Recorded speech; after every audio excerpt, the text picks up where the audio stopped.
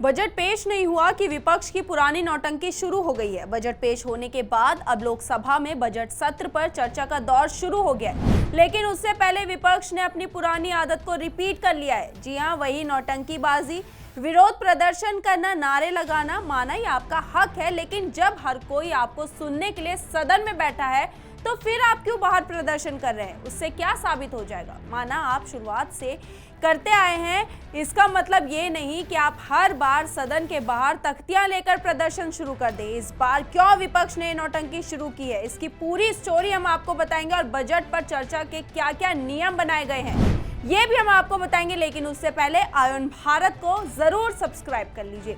जी हाँ, नमस्कार, मैं मंजू रुधियाल और आप सभी का स्वागत है आयोन भारत में। मोदी सरकार ने देश के सामने अगले 5 साल का हिसाब किताब रख दिया है। देश को बता दिया है कि सरकार कितना खर्च करेगी और किस और विकास की धारा बहेगी।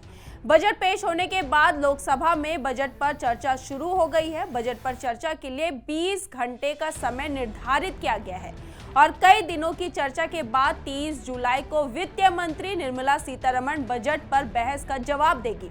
ये सारा काम कई कायदे और कानून से होगा, जहां हर पक्ष विपक्ष दोनों अपनी बातों को रखेगा। लेकिन उसके बाद भी यहां ये समझ नहीं आ रहा कि विपक्ष सदन के बाहर क्यों विरोध प्रदर्शन कर रहा है। ऐसा तो है नहीं कि सदन के अंदर बोलने का हक सिर्फ सरकार का ही है। विपक्ष को भी अपनी बातें रखने का समय दिया जाएगा। जितना समय पक्ष के पास होगा उतना ही समय विपक्ष के पास होगा।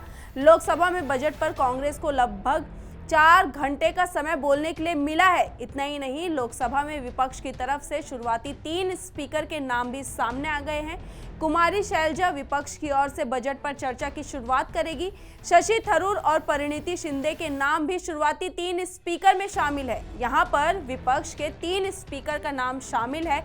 चर्चा के लिए समय उन्हें दिया गया है, लेकिन फिर भी सदन के बाहर विपक्षी नेताओं को हाथों में तख्तियां लेकर बजट का विरोध करने की क्या जरूरत पड़ी, ये बात थोड़ी समझ से परे है। बता दें कि विपक्षी गठबंधन इंडिया अलायंस ने विरोध प्रदर्शन की पूरी रणनीति कांग्रेस अध्यक्ष और राज्यसभा में नेता प्रतिपक्ष मल्लिकार्जुन खड़गे के घर पर बैठकर बनाई थी।